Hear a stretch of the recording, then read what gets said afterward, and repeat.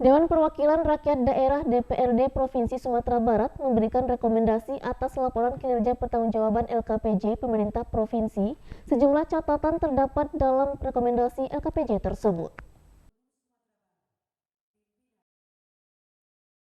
Banyak capaian kinerja anggaran 2022 yang melampaui target.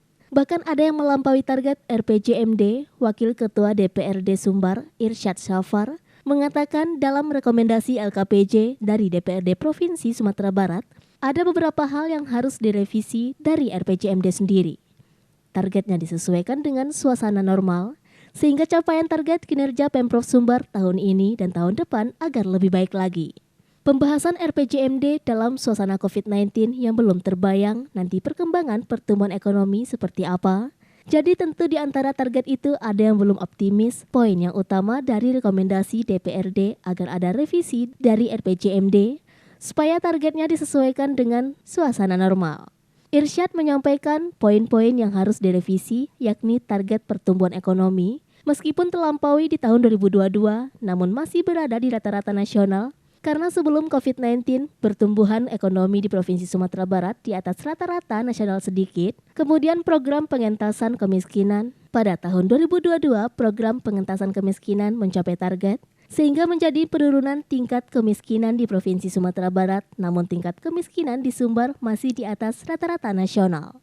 Semua saran dan rekomendasi dari DPRD Sumbar akan ditindaklanjuti dengan baik dan diupayakan direalisasikan dalam waktu dekat. Semua catatan dan rekomendasi ini sangat tepat dan membangun sejalan dengan kebutuhan cita-cita daerah, dicermati dan analisa untuk diambil langkah-langkah strategis sehingga semuanya bisa dilaksanakan sesuai dengan masukan dan ketentuan yang berlaku. Ini penyerahan rekomendasi DPRD atas pembahasan LKPJ Kepala Daerah 2022. Hal-hal yang krusial sebenarnya yang sangat krusial dalam hasil rekomendasi ini. Pertama, memang banyak capaian kinerja anggaran 2022 itu cukup lumayan ya, melampaui target. Bahkan ada yang melampaui target RPJMD sampai akhir. Nah, ini salah satu faktornya. Memang dulu ketika kita membahas dan menetapkan RPJMD kan dalam suasana COVID yang belum kebayang nanti perkembangan seperti apa, pertumbuhan ekonomi seperti apa. Jadi tentu di antara target-target itu ada yang belum optimis targetnya, sehingga terbukti hari ini capaiannya ada yang sudah melampaui target.